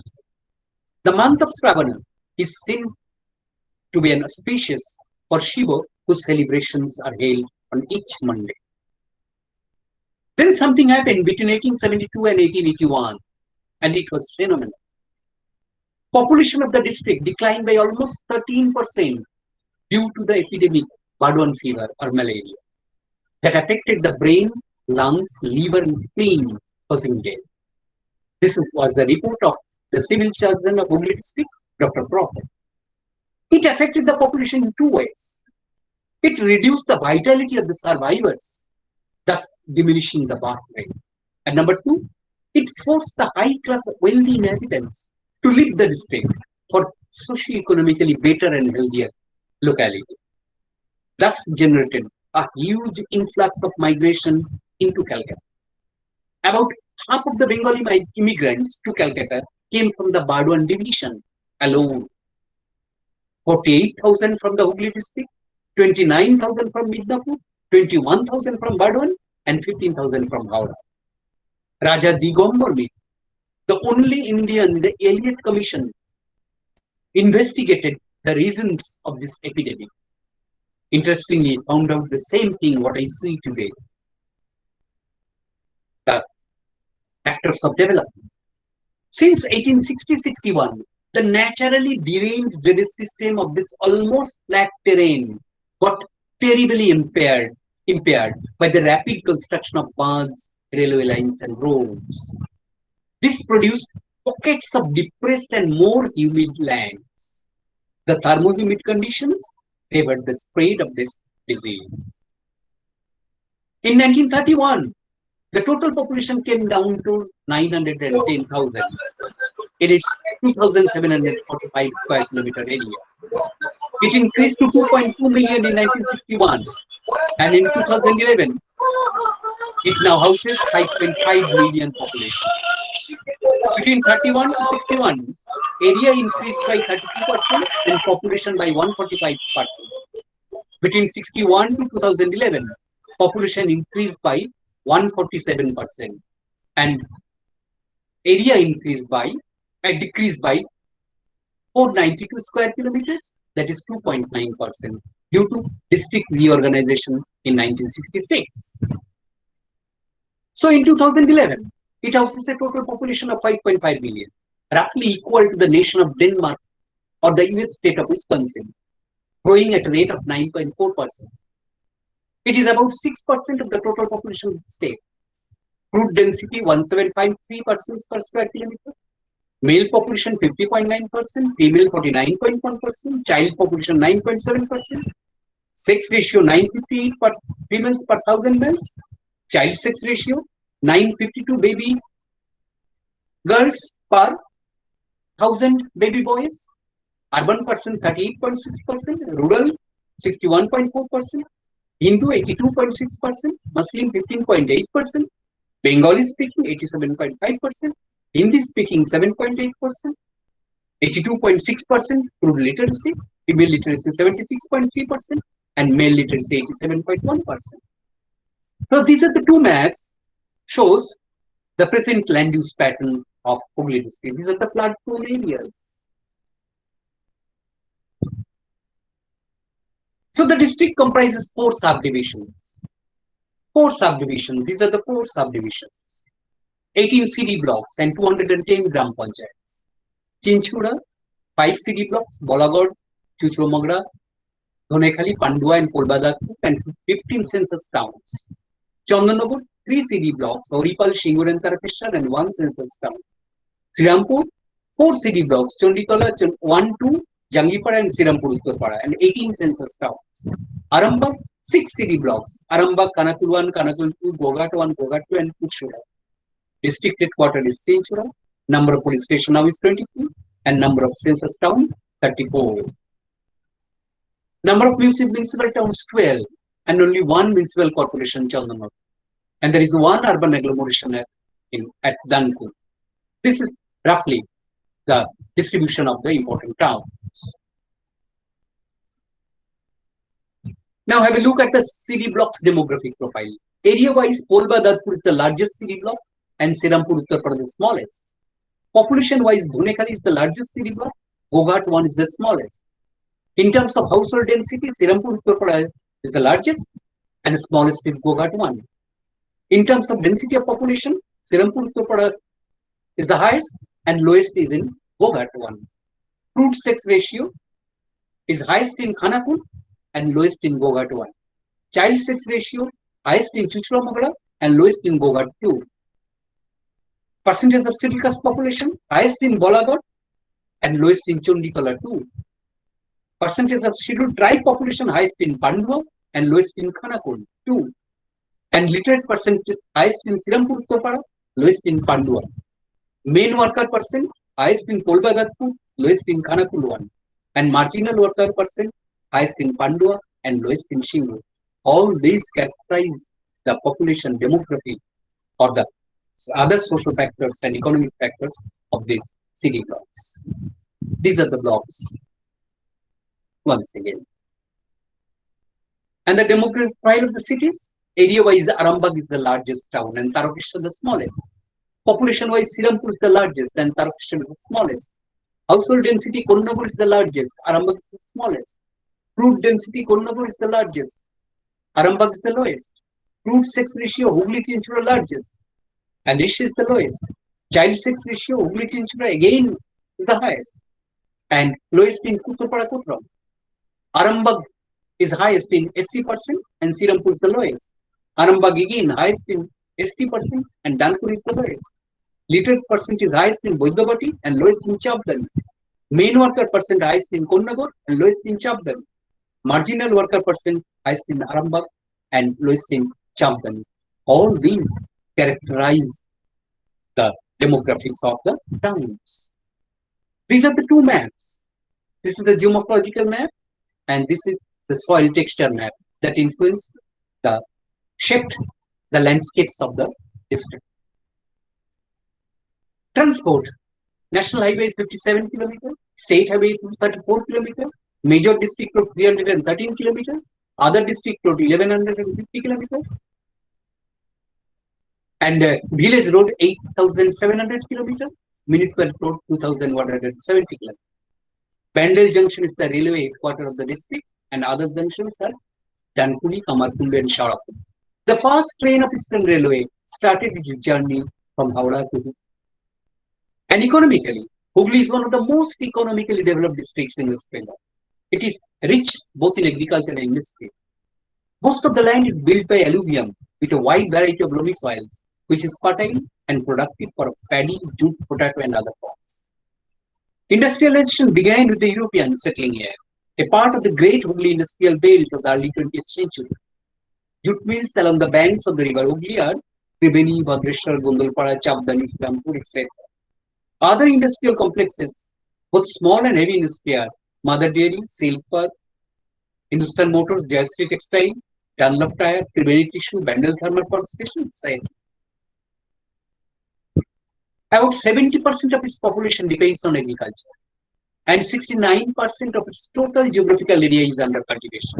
And of this, 62% is covered by irrigation. Number of farming households, 350,000.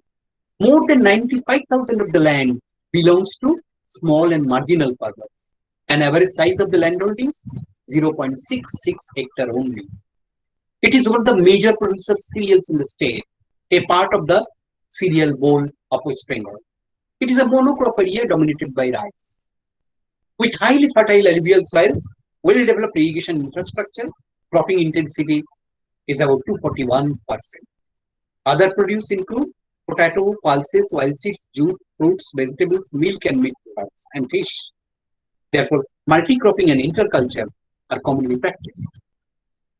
There are more than 6,000 registered units, employing about more than 68,000 workers in industries. Major artisanal industries units are food products, warehousing and transport, basic metals, textiles, chemicals, rubber and plastic, plastics. And there are several large-scale units of industries, including Jayashree Textiles, Robi Timber, and allied products. This is important. Handicrafts down the tradition, heritage of the district. Jori work on shari, Pandua, Pushura, Jangipara, Tarakeshwar, Sirampur, Uttarpara, Chondikala 1, Chondikala 2, Kanakul 1, Kanakul 2, and Pandu. Chikon embroidery, Babnan, Pandua, Shingur, Kolbadatpur, Chondikala 1, Kanakul 1, Chinchura Mogra, Kolbadat. Silk and cotton printing, Sirampur, Chondikala. brass and bell metal, Manikpot, Boghat, Arambag, Bolagor, conch shell, Pandua, Khanakul, Makla, and Chandana. Jute products, Vaidavati, Mogra, Jangipara, Horipal, Doniakali, Tarkeshwar. Terracotta, Chandanapur, Chuchuro, Vaidavati, and Mogra. Bookmaking, Bolagor. Handloom, Chunditala 1, Chunditala 2, Doniakali, Sirampur, Topara. Pottery, Bolagor, Shingur, Tarakeshwar, Pushura.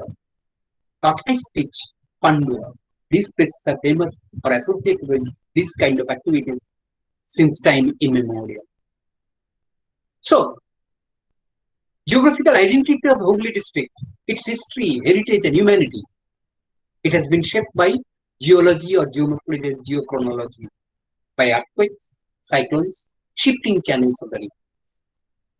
Secondly, by political history and administration, as is there in the accounts of Megasthenes invention, Ashoka, Gupta, Shashanka, Harshavardhana, Shena, Pala, indigenous rulers, Mughals, Europeans, and independence. This geology, geomorphology, and geochronology, this shaped the natural landscape that is endowed with the natural resources like topography, flat terrain, soils, very fertile, and groundwater. The political history and administration shaped the economic landscape of the region, like land use pattern, economy, settlement, population growth, migration, trade and commerce, transport, urbanization.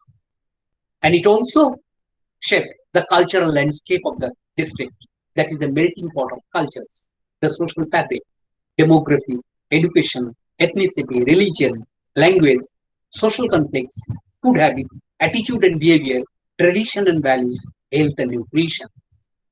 And again, this cultural landscape also shaped the economic landscape. So, this is all about the geography of the Hooghly district.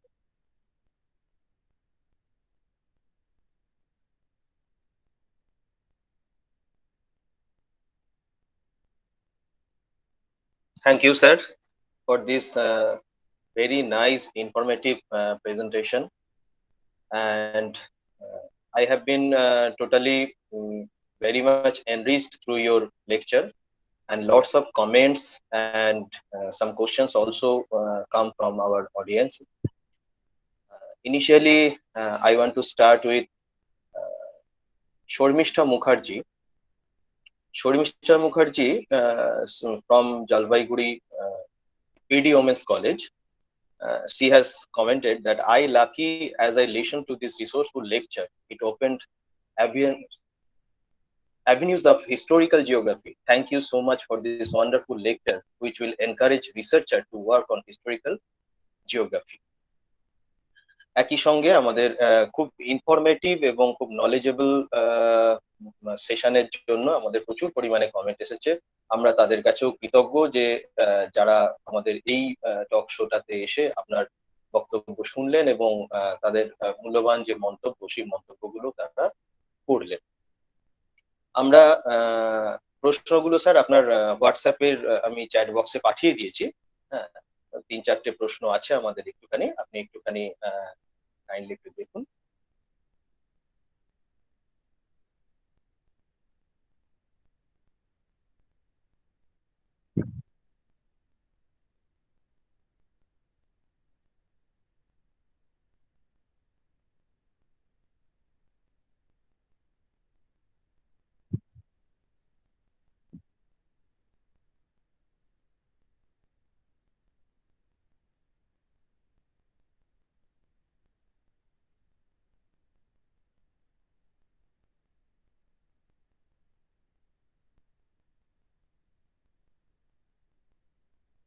Gautam প্রশ্ন করেছে, ওয়াজ ইট হুগলি আর আদি সপ্তগ্রাম?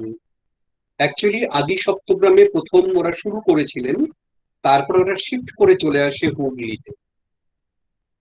খোকন রাউত বলেছেন, many old oil paintings on god and goddesses are available from the Jamindar families of Hooghly, Chandanagar, Chinchwad. Do you have information regarding these aspects of cultural heritage?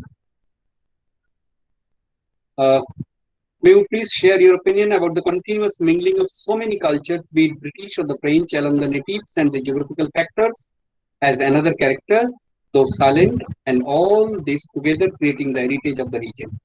Just the major milestones. Was it this interplay that added to the richness? Natural. এর তো কিছু বলার নেই। আমি প্রথমেই আমার অসহায়তার কথা স্বীকার করেছি, যে আরো বেশি তথ্য সম্পদ আমার হাতে থাকলে, আরো সময় থাকলে, আরো বেটার করে এটাকে তৈরি করা যেত। আমি দুভাবে নিজেকে গর্বিত মনে করি। একটা হচ্ছে, যে অঞ্চলে আমি জন্মেছিলাম সেই অঞ্চলটাও যেমন বিভিন্ন লোকজন দিয়ে, বিভিন্ন সংস্কৃতি দিয়ে ঘেরা, কিন্তু তখন বুঝতে পারি, কখনো বুঝিনি যে রাখালদাস বন্দ্যোপাধ্যায় অতটা ইম্পর্টেন্ট। আমি ইতিহাস পড়ি, আমি বুঝলাম কখন না, আমি যার কাছে গবেষণা করতে ঢুকেছিলাম, পিএইচডি গবেষণায়, প্রফেসর বীরেশ্বর বন্দ্যোপাধ্যায়, তিনি একদিন কথায় কথায় বললেন তিনি হচ্ছেন ওই রাখালদাস বন্দ্যোপাধ্যায় ফ্যামিলির লোক। আমার কিছু বলার ছিল না, আমি লজ্জায় পড়ে গেছিলাম। তারপরে পড়েছি। আর বিভূতিভূষণ বন্দ্যোপাধ্যায় কিংবা বাকিরা তো আমাদের ঘরের কাছের লোক ছিলেন, কাজেই তাদের নিয়ে বলার কিছু অপেক্ষা রাখেন। এর বেশি কিছু সত্যিই জানি না। আরো অনেক লোকজন ওখানে ছিলেন, এখনো আছেন। আমি যে বিদ্যালয়ে পড়াশোনা করেছি তার নাম কবি কেশবলাল বিদ্যালয়, উচ্চ বিদ্যালয়। আমার লজ্জা করে বলতে, আমি কোনোদিন কোনো মাস্টারমশাইয়ের মুখে সেই সময় স্কুলের কোনো অনুষ্ঠানে কবি কেশবলালের কোনো মানে তার অ্যাক্টিভিটিস, তার কোনো কবিতা, তার কোনো বই বা তার সম্বন্ধে কোনো কিছু আমি শুনিনি, আমি জানি। এটা অত্যন্ত লজ্জার। ঠিক তেমনি আমি হুগলি ডিস্ট্রিক্টে এসেছিলাম এখানে চাকরি করতে, শিক্ষকতার পেশা নিয়ে চন্দননগর কলেজে জয়েন করি সেই 1982 সাল। আমার প্রথম চাকরি এখানে, এবং এখান থেকে আমি রিটায়ার করেছি। তখনও 3 বছর ছিলাম, এখনো প্রায় 2.5 বছরের কাছাকাছি আমি শেষ পর্যায়ে এখানে কাটিয়েছি। আমি খানিকটা নিজেকে বহিরাগত বলেই মনে করি, মানে কোনোদিন আমি ইন্টারেস্ট নিই। বিভিন্ন লোকজনের সংস্পর্শে এসেছি নানান সময়ে, তারা হুগলি নিয়ে গর্ব করে। এই নীলমণি দাস বা আমাদের রামনিধি গুপ্ত, টপ্পার কথা, নানান লোকজনের কথা বলে টলে, আমি কখনো মনে হয়নি যে এরা সত্যি ইম্পর্টেন্ট। কি হবে জেনে আমি কখনো পড়াশুনো করি এই বিষয়ে, নিজের পড়াশোনাটা নিয়েই ব্যস্ত ছিলাম সত্যি কথা বলতে গেলে। ইন্টারেস্ট এসছে অনেক পরে, এবং সেই ইন্টারেস্টটা ধরানোর দায়িত্বটা কিভাবে ভাগ করা যায়। একটা ভাগ হচ্ছে আমার গিন্নি এবং আমার মেয়ে দুজনেই ইতিহাসে, এবং ইতিহাসের প্রথম পাঠ আলোচনার মাধ্যমে আমি পাই 1997 সালে প্রথম প্রফেসর রজতকান্ত রায়ের সঙ্গে কথা। মডার্ন হিস্ট্রিতে আমি যত না ইন্টারেস্ট পেয়েছি, এনশিয়েন্ট হিস্ট্রিতে আমি সবচেয়ে বেশি ইন্টারেস্ট পাই। এবং ভারতবর্ষের বিভিন্ন জায়গা, হুগলি ডিস্ট্রিক্টের বিভিন্ন জায়গা, পশ্চিমবঙ্গের বিভিন্ন জায়গা, যেখানে যেখানে পুরনো মন্দির প্রত্নতত্ত্বের কোথাও একটু নিদর্শন সংবাদ পাওয়া গেছে, যে মুহূর্তে সময় ও সুযোগ পাওয়া গেছে, আমি ছুটে গেছি সেখানে দেখে। আমার কাছে প্রচুর ছবি ছিল, আমি অলমোস্ট সমস্ত জায়গায় এখানে আমার কভার, আমি যে সমস্ত হেরিটেজের কথা বলছি। দুঃখের বিষয় আমার একটাই, বাড়ির সবচেয়ে কাছে আমি শ্রীরামপুরটাকে এক্সপ্লোর করার সুযোগ হয়। এইরকম করতে করতে, পড়াশোনা করতে করতে, এক সজল বাবু বলে যার কথা আমি বললাম, তার সংগ্রহে, তিনি একজন বাতিকগ্রস্ত লোক, যদিও অ্যাকাউন্টিং এর কাজ করেন, ট্যাক্সের কাজ করেন, কিন্তু তার নেশা হচ্ছে এই পুরনো বইপত্র, পুরনো জিনিসপত্র। তো এবং তার সংগ্রহে অসংখ্য জিনিসপত্র আছে। আমি এই হুগলি ইনট্যাক্টকে বলবো, কোনোভাবে তার সঙ্গে যদি যোগাযোগ করা যায়, তার বাড়িতে যাওয়া যায়, তার কাছে অসংখ্য তৎকালীন মুদ্রা, অসংখ্য চিঠি, চন্দ্রগড় মিউনিসিপ্যালিটির, রেঞ্জ গভর্নমেন্টের, সেগুলো তার সে সযত্নে রেখে দিয়েছে, এবং অনেক দলিলও তার কাছে আছে জিনিসে। তার কাছ থেকে পেয়েছিলাম আমাদের মহানাদের উপর একখানা বই, তিনি জোর করে আমাকে পড়িয়েছে, এবং তার উত্তরে আমি তাকেও একটা বই পড়তে দিয়েছিলাম, ধনপতি সদাগর নিয়ে। সেই থেকে তার সঙ্গে মানে খানিকটা মানে আদান প্রদান হয় বিভিন্ন জিনিসপত্র। এবারেও উনি অনেকগুলো বই আমাকে দিয়েছিলেন এগুলোর জন্য, আমি সবগুলো সবভাবে পড়ে উঠতে পারিনি। এই যে তৈলচিত্র, অয়েল পেন্টিংস এর কথা বলা হয়েছে, এদিকটা আমি দেখিনি, খোঁজার সুযোগ পাইনি। আমি যতটুকু ভাষা ভাষা ওপর ওপর যতটুকু দেখতে পেয়েছি, আমি শুধু সেইগুলোর কথাই বলেছি। এমনকি আমি আরো জিনিস যেভাবে আমি মনে করি, আমি নিজের দেশ যশোর, খুলনা আমার দেশ, সে দেশে আমার মায়ের যেভাবে কথা বলতো, বাবা যেভাবে কথা বলতো, আমরা ছোটবেলায় যেভাবে কথা বলছি, সেই কথাটাও কিন্তু, সেই টোনটাও কিন্তু একটা হেরিটেজ। অত্যন্ত দুঃখের কথা, সেখান থেকে উঠে আসার পর আমারও একটা কালচারাল মাইগ্রেশন হয়েছে। কোথায় বনগা, সেখান থেকে প্রেসিডেন্সি কলেজ, সেইখান থেকে অন্যান্য জায়গা। কাজেই বিভিন্ন জায়গার মানুষের সঙ্গে মিশে একটা অদ্ভুত রকমের অ্যাকালচারেশন হয়েছে। এবং এখন আমি ইচ্ছে করলেও একমাত্র নিজের ওখানকার লোক ছাড়া ওই রকম টোনে আমি কথা বলতে পারি। কাজেই যে কথা বলা, স্টাইল, কথা বলার স্টাইল, একই বাংলা ভাষা, হুগলির বিভিন্ন অঞ্চলের মানুষ কিন্তু বিভিন্ন রকম ভাবে কথা বলে। সেই টানটা, সেটাও দেখানোর কোনো স্কোপ কিন্তু নেই। আমার মনে হয় এ বিষয়েও আলোচনা হওয়া দরকার এবং তথ্য সংগ্রহ করা আমাদের দরকার। আমি মনে করি যে ইউরোপিয়ানরা এসেছিল বলে এই জায়গাটা ডেভেলপ করেছে, নিঃসন্দেহে, এ সম্বন্ধে কোনো সন্দেহ নেই। তারা যদি না আসতো তাহলে কি ডেভেলপ করতো না? হ্যাঁ, করতো, কিন্তু কিভাবে করতো সেটা অনুমান করা যাবে না। কারণ এর সঙ্গে কতগুলো জিনিস জড়িত আছে, কিছু ন্যাচারাল ফ্যাক্টর জড়িত আছে। পলাশির যুদ্ধ যদি না হতো, যদি মীর কাসিম, মির্জাফর বিশ্বাসঘাতকতা না করতো, যদি পর্তুগিজরা ওই ধরনের শোষণ না করতো, তাহলে তো ওরাই তো থেকে যেতে পারতো এখানকার শাসক হয়ে। তা তো হয়নি।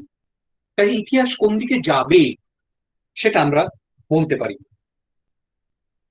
তবে মুঘলরা যেমন এই জায়গাটাকে লুণ্ঠন করেছে, এরাও ঠিক একই রকম ভাবে লুণ্ঠন।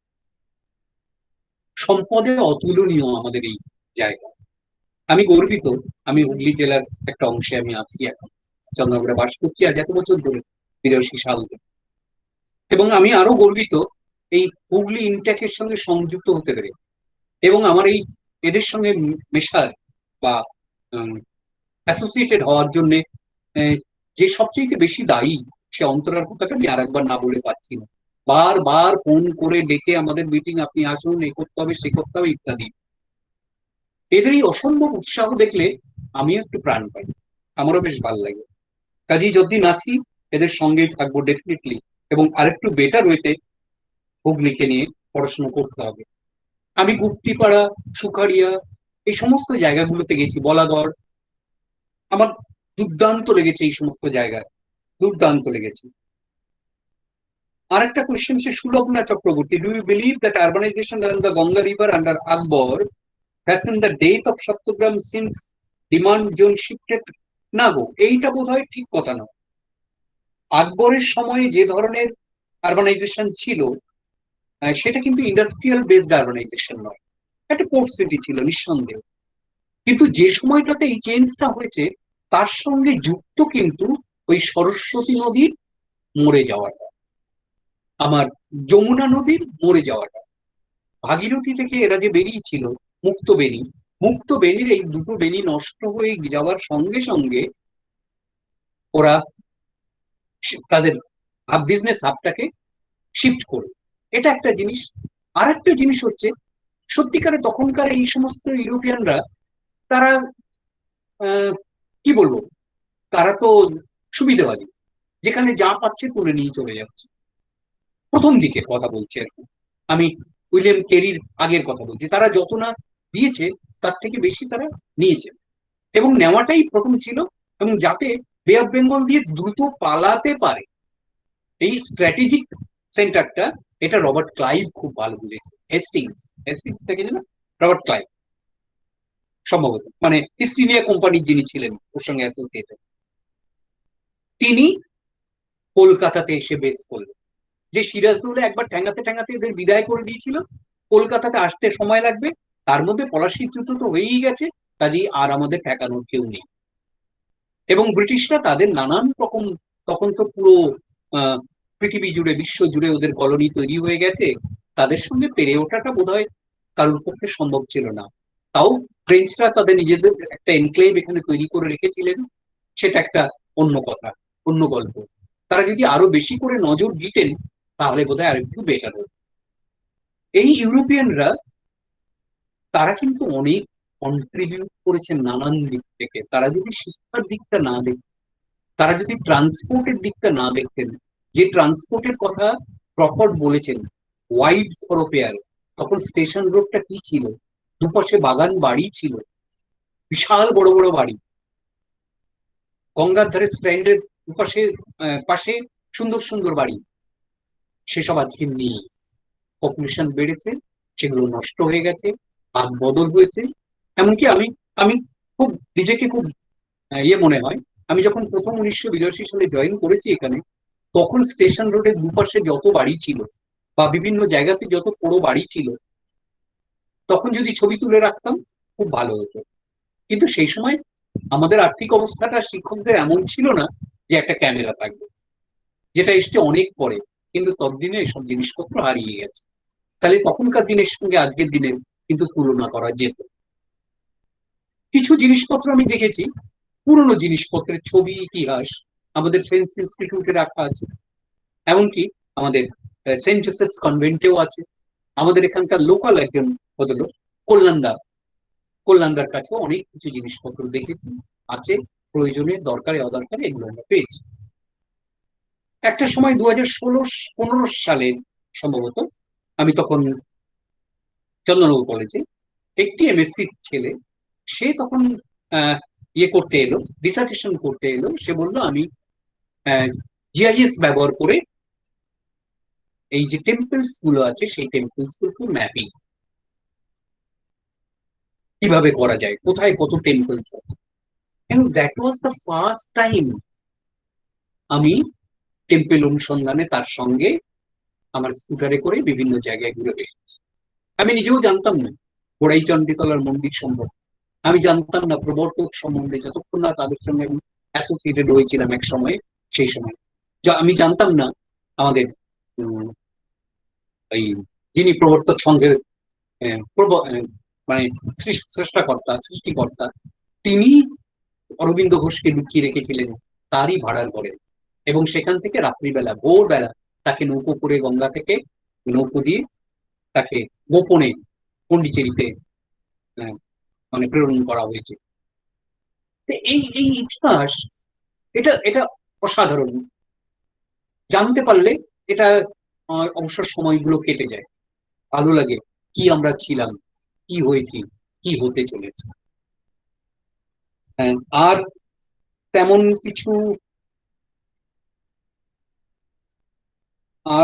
কিছু তো কারোর প্রশ্ন নেই দেখছি।